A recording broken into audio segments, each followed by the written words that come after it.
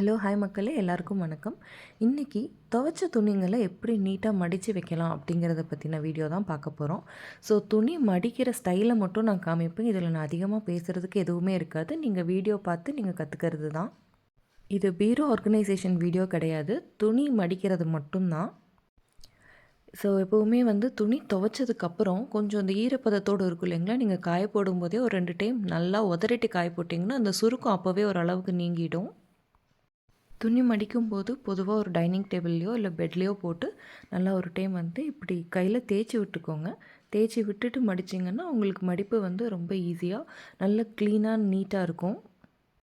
நான் ஃபஸ்ட்டு வேறு மாதிரி தான் மடிச்சிட்ருந்தேன். அதுக்கப்புறம் என்னோடய ஹஸ்பண்ட் தான் இந்த மாதிரி மடிக்கிறதுக்கு எனக்கு சொல்லி தந்தார்.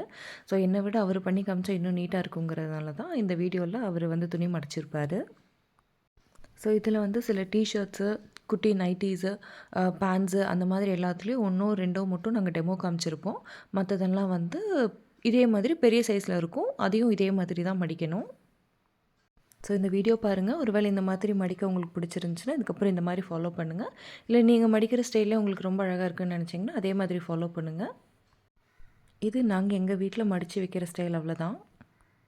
கொஞ்ச நேரம் நான் ஏதாவது மியூசிக் ப்ளே பண்ணி விட்டுறேன். ஏன்னா இதில் நான் பெருசாக பேச எதுவும் இருக்காது. நீங்கள் வீடியோ பார்த்து தெரிஞ்சுக்கிறது மட்டும்தான்.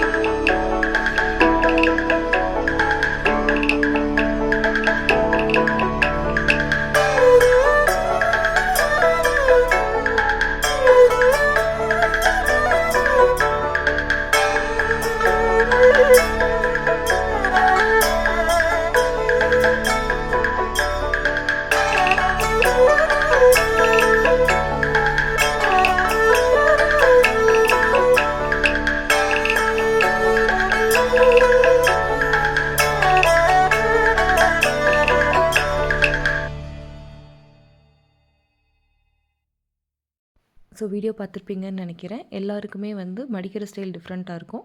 ஸோ இந்த மாதிரி மடிக்கணுங்கிறவங்க இப்படி ஃபாலோ பண்ணலாம். இல்லைன்னா நீங்கள் உங்களோட ஸ்டைல்லே மடிக்கலாம். ஜஸ்ட் எங்கள் வீட்டில் நாங்கள் எப்படி மடிக்கிறோங்கிற வீடியோ மட்டும்தான் காமிச்சிருக்கேன். ஒரு சிலருக்கு ரொம்ப யூஸ்ஃபுல்லாக இருக்கலாம். எப்படி எனக்கு இது யூஸ்ஃபுல்லாக இருந்துச்சோ அதே மாதிரி இன்னும் சிலருக்கு இது யூஸ்ஃபுல்லாக இருக்கலாம். அதுக்காக மட்டும்தான் இந்த வீடியோ அப்லோட் பண்ணியிருக்கேன். இப்படி மடித்து வச்சிட்டிங்கன்னா இது நீட்டாக இருக்கும். பீரோவில் அந்த ஆர்கனைசேஷன் நீட்டாக இருக்கும்.